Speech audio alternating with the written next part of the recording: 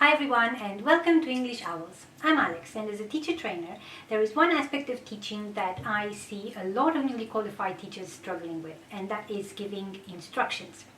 We all know that our instructions need to be clear, concise and simple so that students are able to follow them, especially at lower levels.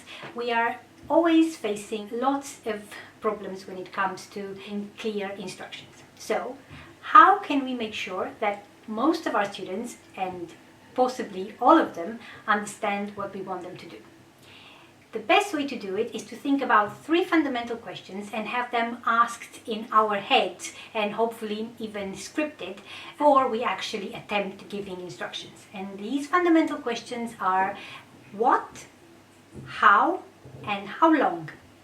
So let's say, for example, you want students to read a text and for general information.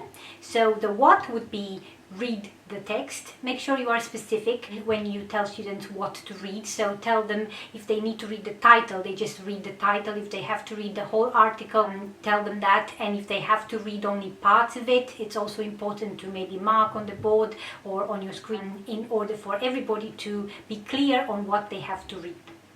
Then comes the how.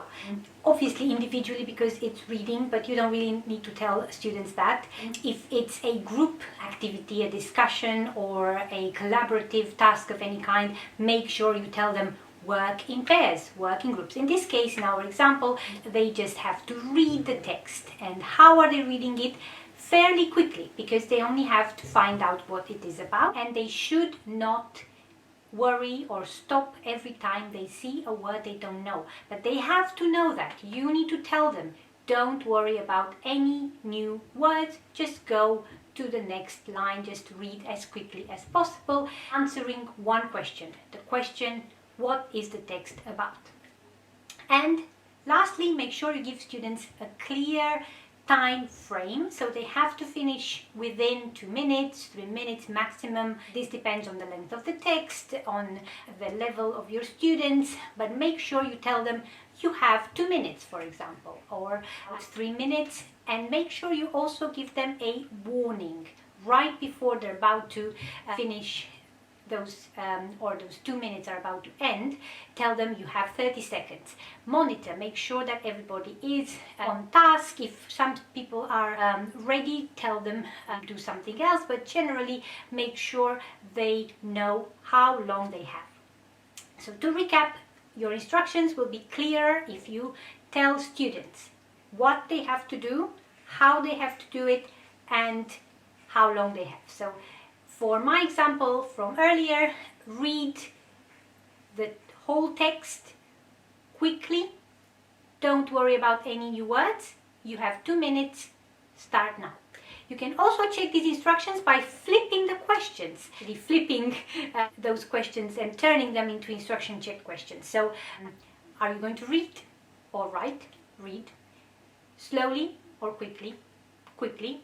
Are you going to stop when you see a new word or unknown word?